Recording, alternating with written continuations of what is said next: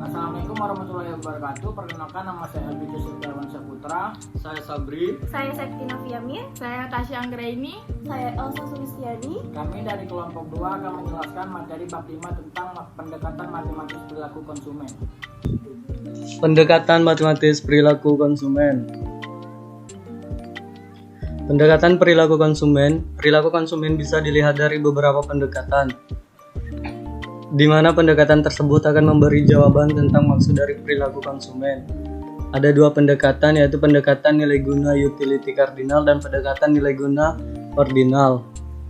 Pendekatan nilai guna kardinal, pendekatan ini adalah suatu daya guna atau nilai guna yang bisa diukur dengan satuan uang atau utilitas. Nilai guna tersebut memiliki tingkat yang sesuai dengan subjek yang menilainya.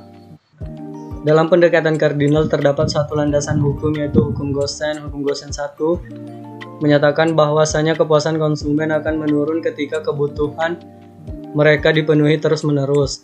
Hukum Gosen 2 menyatakan bahwasanya seorang konsumen akan terus-menerus memenuhi kebutuhannya sampai mencapai intensitas yang sama. Maksud dari intensitas yang sama adalah rasio antara marginal utility dan harga dari produk yang satu dengan rasio marginal utility dan harga produk dan lainnya. Hipotesis utama dari pendekatan kardinal ini adalah nilai guna marginal yang semakin turun, menunjukkan bahwa nilai guna yang diperoleh oleh konsumen akan semakin menurun ketika mereka terus menambah konsumsinya atas produk tersebut. Berbicara tentang nilai guna marginal, pasti ada kaitannya dengan bagaimana pemaksimuman nilai guna yang dirasakan oleh konsumen. Ada beberapa syarat pemaksimuman bisa terjadi, yaitu ketika konsumen berada dalam keadaan sebagai berikut. 1. Seorang konsumen akan memaksimalkan nilai guna dari produk yang dikonsumsinya jika perbandingan antara nilai guna marginal berbagai produk tersebut sama dengan perbandingan harga-harga produk tersebut. 2. Seorang konsumen akan memaksimalkan nilai guna dari produk yang mereka konsumsi jika terdapat kesamaan di antara setiap rupiah yang dikeluarkan dengan setiap produk yang dikonsumsi. Daya atau nilai guna diukur dengan parameter satu naga atau utilitas. Konsumen bersifat rasional, di mana mereka akan memenuhi kebutuhan hidupnya sesuai dengan batas kemampuan pendapatannya. Konsumen akan mengalami penurunan utilitas ketika terus-menerus melakukan konsumsi terhadap produk tersebut. Konsumen memiliki jumlah pendapatan yang tetap. Daya atau nilai guna dari uang tetap atau konstan. Total utility bisa bersifat melengkapi atau berdiri sendiri. Produk yang dikonsumsi normal dan periodenya konsumsinya berdekatan. Dalam pendekatan kardinal ini terdapat beberapa asumsi, antara lain: 1. Daya atau nilai guna diukur dengan parameter satuan harga atau utilitas. 2.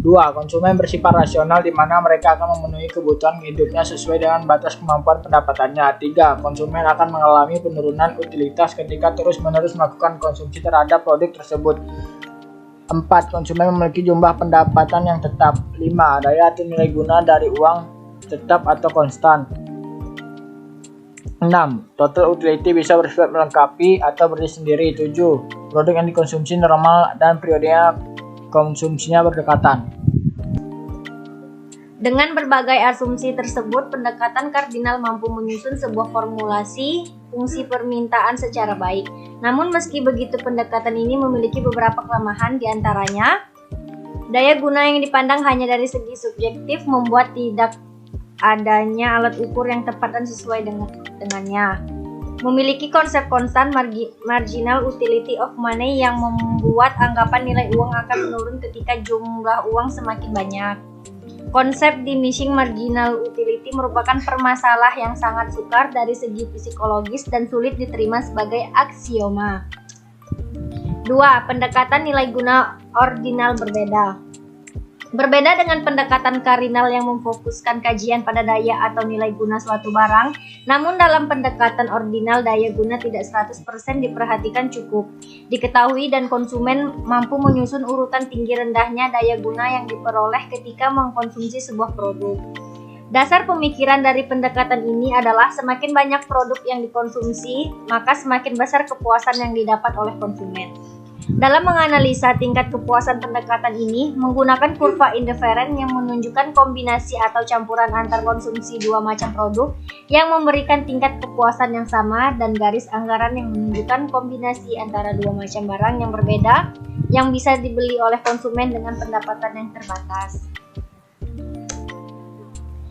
Perpaduan antara dua kurva ini akan menunjukkan kepuasan yang dicapai oleh konsumen. Dengan demikian, pemaksimuman kepuasan yang digambarkan adalah kepuasan yang maksimum dari melakukan konsumsi terhadap dua macam produk dengan tingkat pendapatan tertentu. Berbicara tentang pendekatan ordinal, pasti tak terlepas dari kurva indifference yang memiliki beberapa ciri, di antaranya memiliki garis miring yang negatif, artinya konsumen akan mengurangi jumlah konsumsinya terhadap suatu produk yang satu jika mereka melakukan konsumsi terhadap produk yang lainnya. Kurva cenderung menuju ke arah titik origin, artinya hal ini menunjukkan adanya perbedaan proporsi jumlah yang harus ia keluarkan atau korbankan dalam upaya mengubah kombinasi antara jumlah masing-masing produk yang dikonsumsi. Tidak akan ada saling perpotongan sehingga konsumen tidak mungkin akan mendapatkan kepuasan yang sama pada suatu kurva indifference yang berbeda.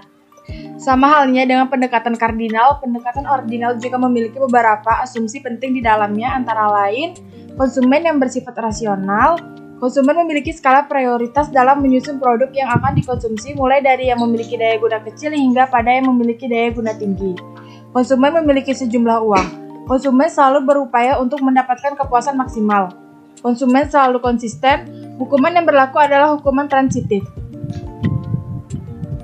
Berdasarkan pada masalah yang sederhana di mana pembelian oleh konsumen terbatas pada dua barang, fungsi utility ordinalnya adalah U sama dengan F dalam kurung Q1 Q2 dalam kurung 5 dikurang 1, di mana Q2 adalah kuantitas dari dua barang Q1 dan Q2 yang dikonsumsikan.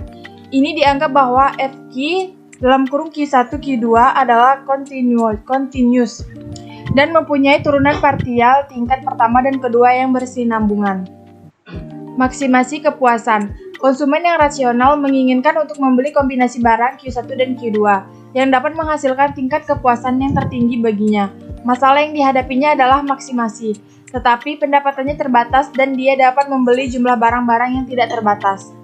Pemilihan indeks kepuasan. Sebagai contoh, seseorang ingin membandingkan indeks kepuasannya. Misalnya, konsumen mendapatkan 1 topi dan 2 celana, serta dari 2 topi dan 5 celana.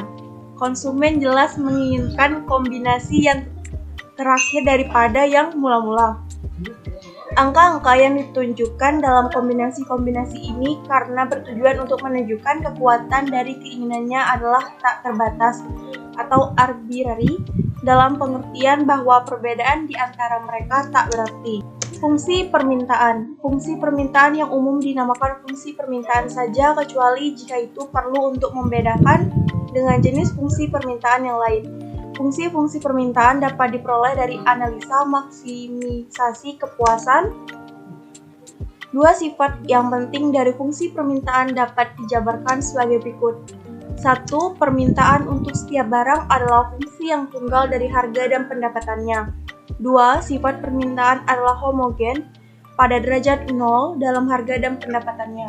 Dengan perkataan lain, jika seluruh harga dan pendapatan berubah dalam proporsi yang sama, jumlah barang yang diminta akan tidak berubah.